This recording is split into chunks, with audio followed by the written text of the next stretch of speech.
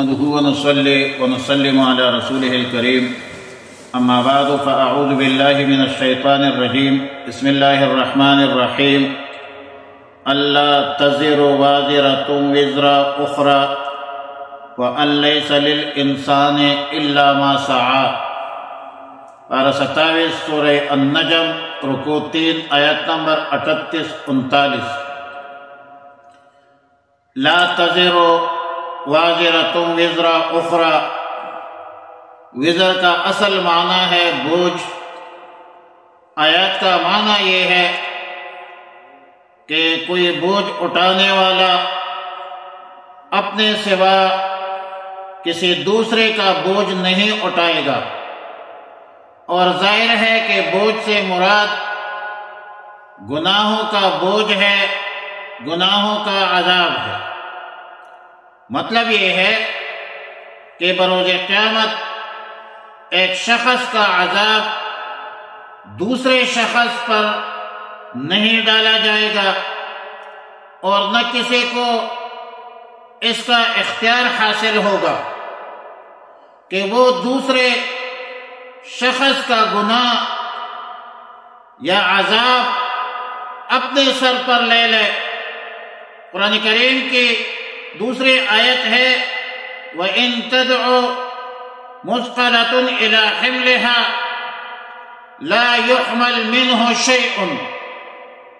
یعنی اگر کوئی گناہوں کے بوجھ سے لدا ہوا شخص لوگوں سے درخواست کرے گا کہ میرا کچھ بوجھ تم اٹھا لو،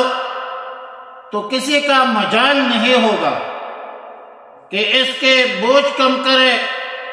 یا بوجھ کا کچھ حصہ اٹھا لے۔ آیت مذکورہ میں اس شخص کے خیال کی بھی تردید کی گئی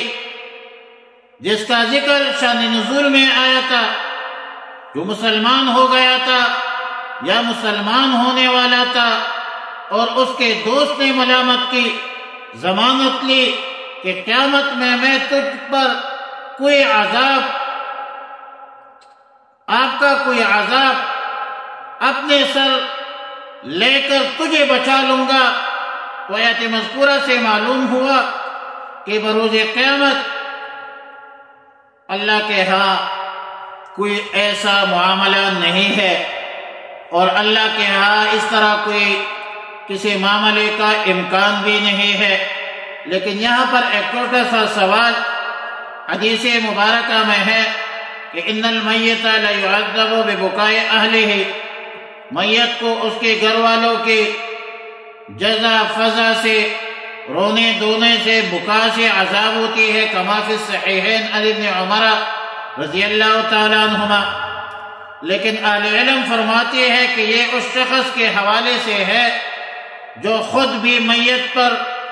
نوحہ خوانی، گریہ زاری کا عادی ہو، یا جس نے اپنے وارثوں کو اس کی وصیت کی ہو کہ میرے موت پر خوب گریہ زاری کرو اور اس کے لیے خصوصی انتظام کرو، قضا فی تفسیر المظہری۔ تو اس صورت میں اس پر جو عذاب ہوگا یہ خود اس کے عمل کی وجہ سے ہوا ہے، نہ کہ دوسروں کی وجہ سے۔ اور پھر آیات کا تعلق تو آخرت سے ہے، جبکہ ان المیت لیعذب کا حدیث کا تعلق جو ہے دنیا سے ہے۔ وَأَن لَيْسَ لِلْإِنسَانِ إِلَّا مَا سَعَى، یعنی جس طرح ایک شخص دوسرے شخص کا عذاب اپنے سر پر نہیں لے سکتا، اس طرح کسی کو بھی یہ حق حاصل نہیں کہ کسی دوسرے کے عمل کے بدلے خود عمل کرے اور وہ اس عمل سے سبکدوش ہو جائے۔ مثلا ایک شخص دوسرے شخص کی طرف سے فرض نماز ادا نہیں کر سکتا، ایک شخص دوسرے شخص کی طرف سے فرض روزہ نہیں رکھ سکتا کہ دوسرا شخص روزہ سے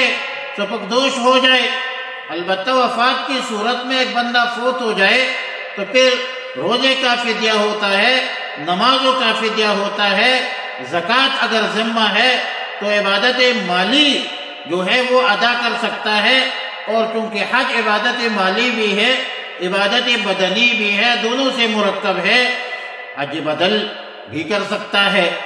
چاہے افوت شدہ والدین ہو یا کسی اور کی طرف سے ہو۔ البتہ حج بدل میں ضروری ہے کہ پہلے اس نے خود حج کیا ہو۔ وعلیٰ کل حال فقہی معاملات اور فقہی مسائل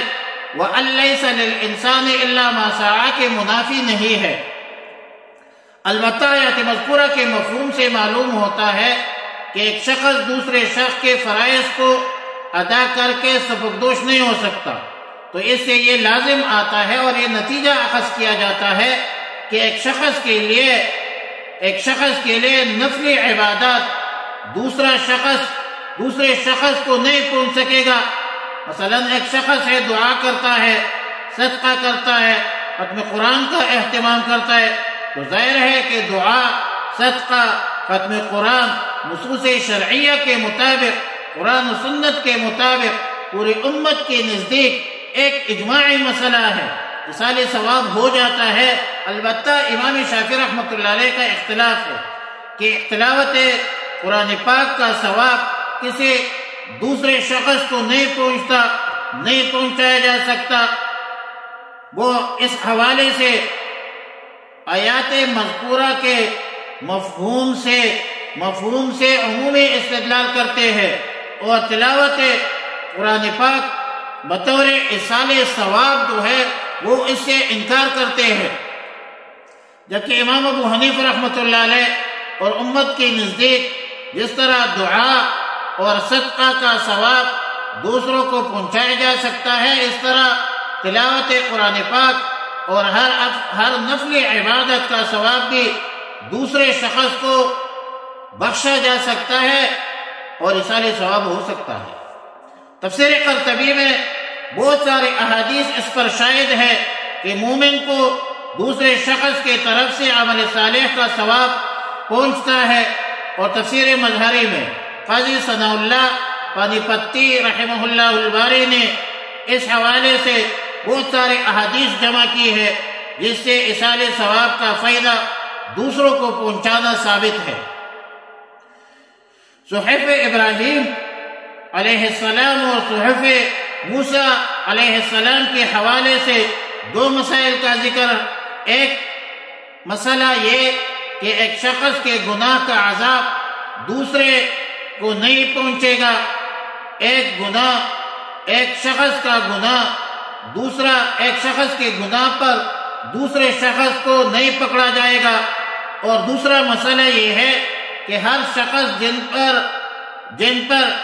اعمال شرعی کی ذمہ داری ہے، فرض منصبی ہے، اس سے سبکدوش خود اس کے عمل سے ہوگی،